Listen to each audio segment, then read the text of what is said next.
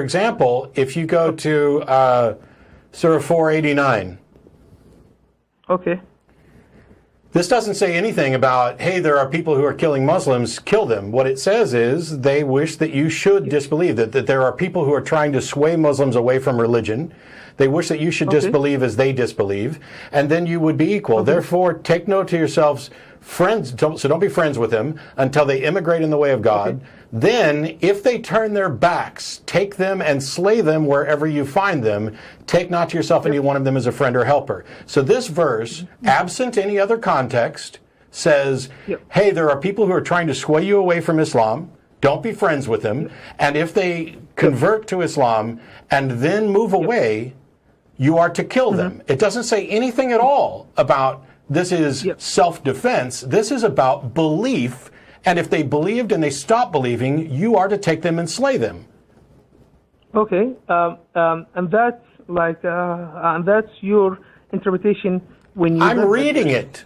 Is that right? Granted, I'm reading it in English. Please, that is your interpretation when you read that verse. Is that right? What's wrong with my interpretation? Yep. The correct interpretation is what the prophet says. So the prophet didn't say this? The prophet didn't say this? No. This is the word of God. But you got to see how the prophet acted on it. No, I don't. If this is the word of God and the prophet acted differently, then the prophet is in conflict with God. Bro, please, look, God sends messenger, God says prophet with these books, so people does not, get these books and do whatever they want. This isn't saying do whatever you want. This is saying kill apostates. If you made a book, okay?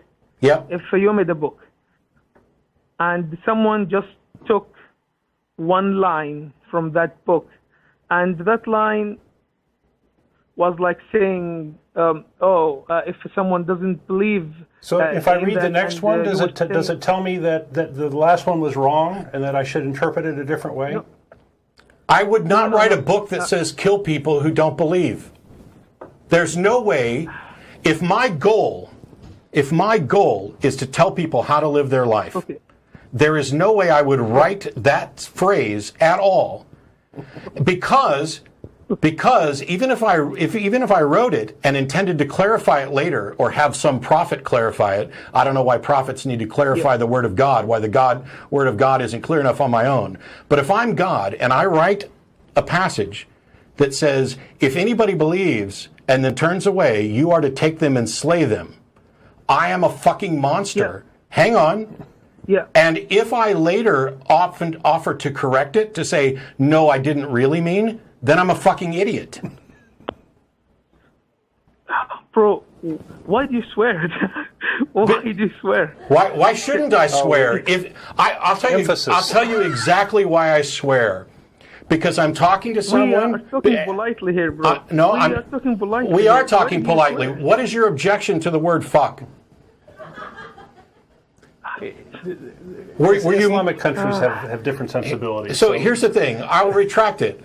If I do that, I'm an idiot or a monster. We can remove the F word from it if that's what's really standing in the way. But the reason that I include those words is for emphasis, because we're talking about 1 billion people who are convinced, many cases like you, that this is the perfect word of God, and then they do a tap dance about what is the correct interpretation, or what did the prophet do with regard to this, and they sit here and you make an argument like the one you just made to me, which is, hey Matt, if you wrote a book like this, I wouldn't write a book like this. It's inhuman. I would never say, go kill people. Wait a minute, I was just teasing. That's stupid, because if the later passage gets removed, or separated, or if somebody says, no, the later passage doesn't clarify 489, it clarifies this other passage over here. Now I'm leaving it all in the hands of people to interpret. And if what I've given them to interpret says kill people who stop believing, I'm an ass. I am a monster. I am instructing people in inhuman things. And the fact that you aren't willing to kill people doesn't mean that you have the correct interpretation. God didn't leave people to make sense of this. Did God write that passage?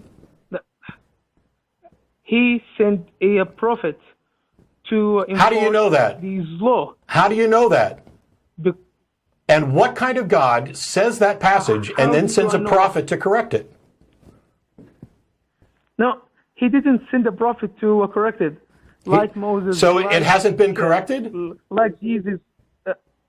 Has that passage been corrected? Let me complete my sentence. Let me complete my sentence, man. Did God write that passage? Yes. And is that passage good as it stands? Did you read the whole chapter? Yes, I'm looking at this one here. This passage 489. Is it good as it stands? You just read a couple of verses. Correct. And you interrupted. So these were put in order by length. So are we talking about the original order, or are we talking about the one that's just slightly longer or slightly shorter than this one? It doesn't matter what the rest of the passage says, unless something in the rest of the passage says, ignore 489. No. Man, I just want to tell you this last thing, because are you going to answer any questions, or are you just going to tell me one last thing? Did God write that? You are not allowing me. He did. He said he did. Yes. Okay. Yes. Is it good? Yes. And does it instruct you to kill non-believers? No. Then you're a liar. Why? Because it says, if they turn their backs, take them and slay them wherever you find them. That is an instruction to kill non-believers. At any time, right? I don't care. I don't care if he only meant to do it on Tuesdays or do it once every 50 years. It gives you an instruction to kill non-believers, doesn't it? No. Does that passage, Aziz? Aziz, does that passage? You are not allowing me to finish any sentence. Aziz, does that passage say to slay non-believers? In what time?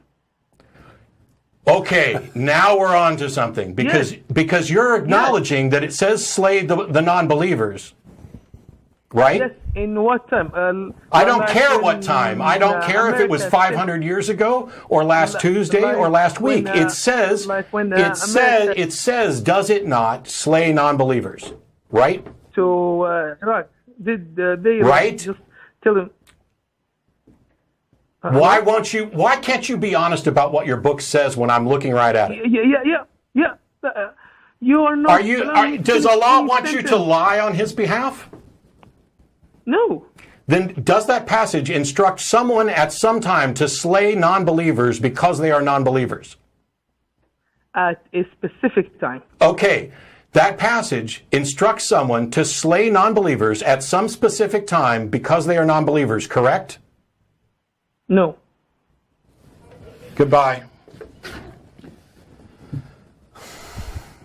Play the video back and go read it. The point that you're not getting.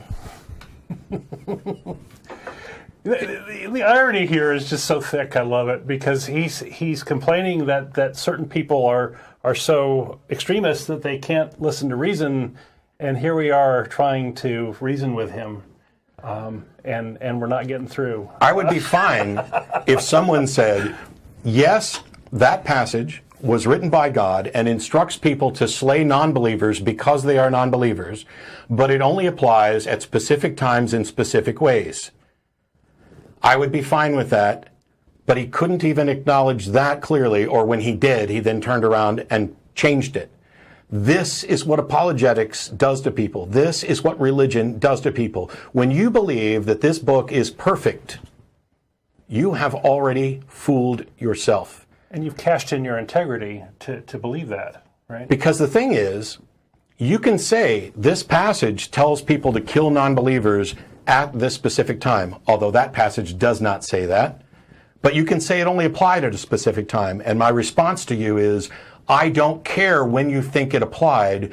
Killing someone for not believing is immoral, inhuman, and Allah, if he wrote that, is an unmitigated thug who knows nothing about humanity, and he has poisoned your ability to understand because your only goal is to make excuses and reinterpret it in a way that suits what you want it to be. And I don't care what you want it to be. And if there's a God, why does he need to send information in a book instead of talking to people? And if he writes down information in a book, why does he need to send prophets to do it?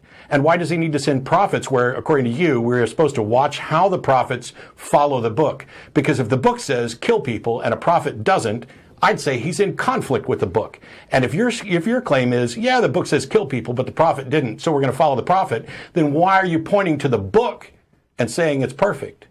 Your entire process is a lie that people have fed you and you are feeding yourself, and it makes you sit there and do this tap dance in a discussion where when it says, if they turn their backs, take them and slay them wherever you find them, wherever, it doesn't say anything about whenever. It says wherever. It is not a stretch to think that some people with a bent towards extremism would look at that verse and say, yes, I am instructed by Allah to kill apostates. You can talk about other interpretations and clarifications later, but if you try to make the case that it's absurd to think that people will kill apostates based on this passage, you are the one who has deceived yourself.